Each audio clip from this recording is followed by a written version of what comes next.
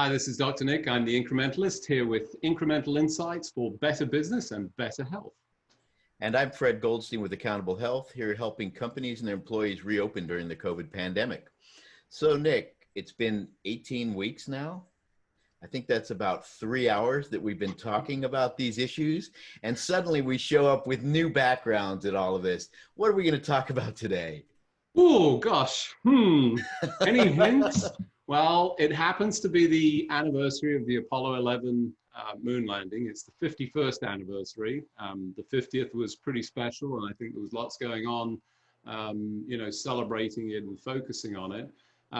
But hey, it's 51 years on, and now more than ever, my sense of this and the learning opportunities. And one of the books, I've read a number of books through all of this, was Gene Kranz's Failure is Not an Option. And I find this so inspiring, the whole program. It inspired me to be who I am. I was completely besotted by this, the incredible achievements.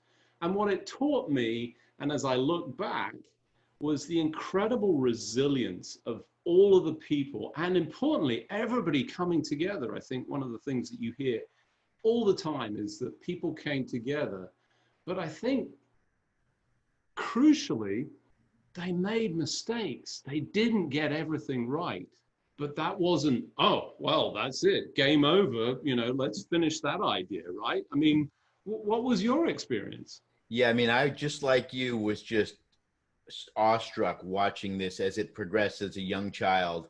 And so I've been, like you, very interested in this for my life. And I live not too far from Kennedy Space Center and typically get annual passes and head down there. And your picture, obviously, of the moon landing, and mine of what's called the Yours is garden. Real, mine's fake, right? Yeah, yours is the fake one, but this is actually called the Rocket Garden, which is being redone down at Kennedy Space Center and has some of the early examples of the rockets that Alan Shepard went up on with Mercury, and then the Gemini rockets, etc. Incredible. And as you said, there were mistakes made. You think back to each of these missions and you would suddenly get to Apollo and we have this huge tragedy. Right. With the accident with the So remind the listeners, the viewers, what was that and what was the mistake? So they were doing a full-on test with Apollo, with the 3 astronauts in Apollo 1. And I've actually been to the site where they did it, and it's a memorial now. Unbelievable. You feel it as you walk around this place.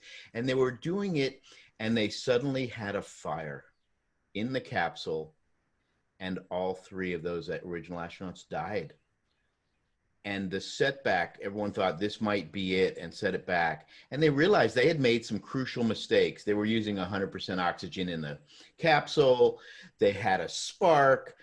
The door could not be opened in an easy manner. There were all these issues. And what happened? The scientists had originally built it that way. What did they then do, Nick?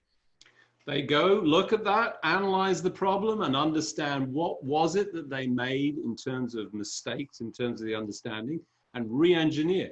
Re-engineering point number 1, allowing for a opening of the door quickly, which of course in space is, you think the opposite. Oh my goodness, we don't want that door to open quickly, but they had to completely re-engineer. But all of this innovation obviously changed the construction or the composition of the air. But importantly, everybody came together. There was, and I read the piece, and I think Gene Kranz again had a specific instance where he brought the team together and talked about it. And, what I got from that was, the importance of leadership. So, all credit to the folks that are standing up in front of this, the frontline workers who every day, like our astronauts, said, no, I am committing to this. I'm assessing the risk and I'm saying this is worthwhile. I'm trusting the people. We're going on the basis of the best information, and we're going to continue to refine it. And for me, that's the message in this. We will overcome this. We'll understand. We will continue to move or change our direction based on the things that we learn and understand. Case in point, aerosolization. Just reminds me of the oxygen thing. Previously we were saying, well, no, it's not aerosolized, it's droplets only, and masks work. Well, masks still work, but there are other things going on, and we're thinking about new innovations around that. What Right. about you? I think this gets back to the other point you sort of touched on, which is risk reduction. What Right. what they're trying to do with the space missions, whether it's SpaceX today or NASA, is reduce risks. They can't take the risk down to zero. It's impossible. Right. But we now know with COVID, there are many things that can be done to reduce the risk, to allow for a safer reopening, to allow people to get back to certain work things, other things we can't do. We know that now. At some point, we may be able to, but it's about that. And I think hopefully people will look at this and say, one, back in the day, these scientists made mistakes. We still trusted them. They worked through those mistakes. We held people accountable. We changed systems, and they ultimately got it right. And look what they did. And as you said, in those short 10 years or so, they put people on the moon. Right. And we should take that lesson and apply it here and understand things change. We learn more, we make mistakes, but work with the scientists, accept what they're bringing in, understand the risks, understand what's known and not known, and begin to make the best decisions from that. And with that, I think, as you said, we can get back. It can get better. And I think the overriding point here is that you need that guidance and support from a team of folks that bring the insights, that bring the best of the available data that we have today, that we've learned, to be able to apply that to navigate this course, to achieve that goal, which is to open safely. That's what we all want to do, and return to some level of normality. And it is achievable. Just look at that. I mean, that's incredible, right? I mean, wouldn't you? I know I wanted to be there. What I would have given to have been right there in the capsule with them. And I know, quite frankly, it was a miserable experience, but I still wanted to be there. Just wow. Yeah, me too. And I remember I was 9 years old watching that with my father and another physician, actually, I just received a note from Mom. He just passed away, but I was at his house that night watching this.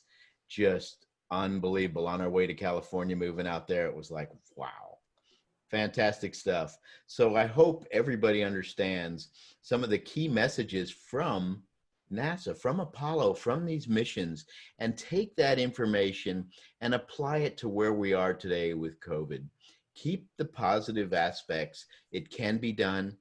It's not easy. We've got to look at risk reduction, but we know what some of those are, and we'll know even more tomorrow if we continue to listen and work with the scientists and teams, as you talked about, Nick. Absolutely. I think the risk reduction is one of the things that we as human beings are very poor at assessing. So managing and thinking about risk and trying to communicate that effectively. Trust science.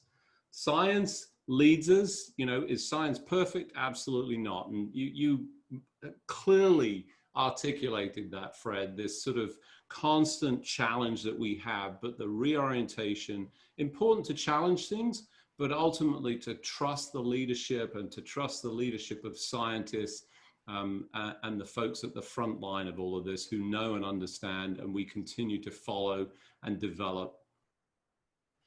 And with that, this is Fred Goldstein from Kennedy Space Center with Accountable Health. Godspeed. Over to you, Nick. And this is Dr. Nick on the moon with the Apollo 11 team, where I wish I had been, but all huge respect to them. Thank you for the inspiration. I hope everybody can be inspired by them as I am. We will get through COVID-19 and come out the other side of this. I'm Dr. Nick. I'm the Incrementalist here with business and health insights. It's one small step for man, one giant leap for mankind.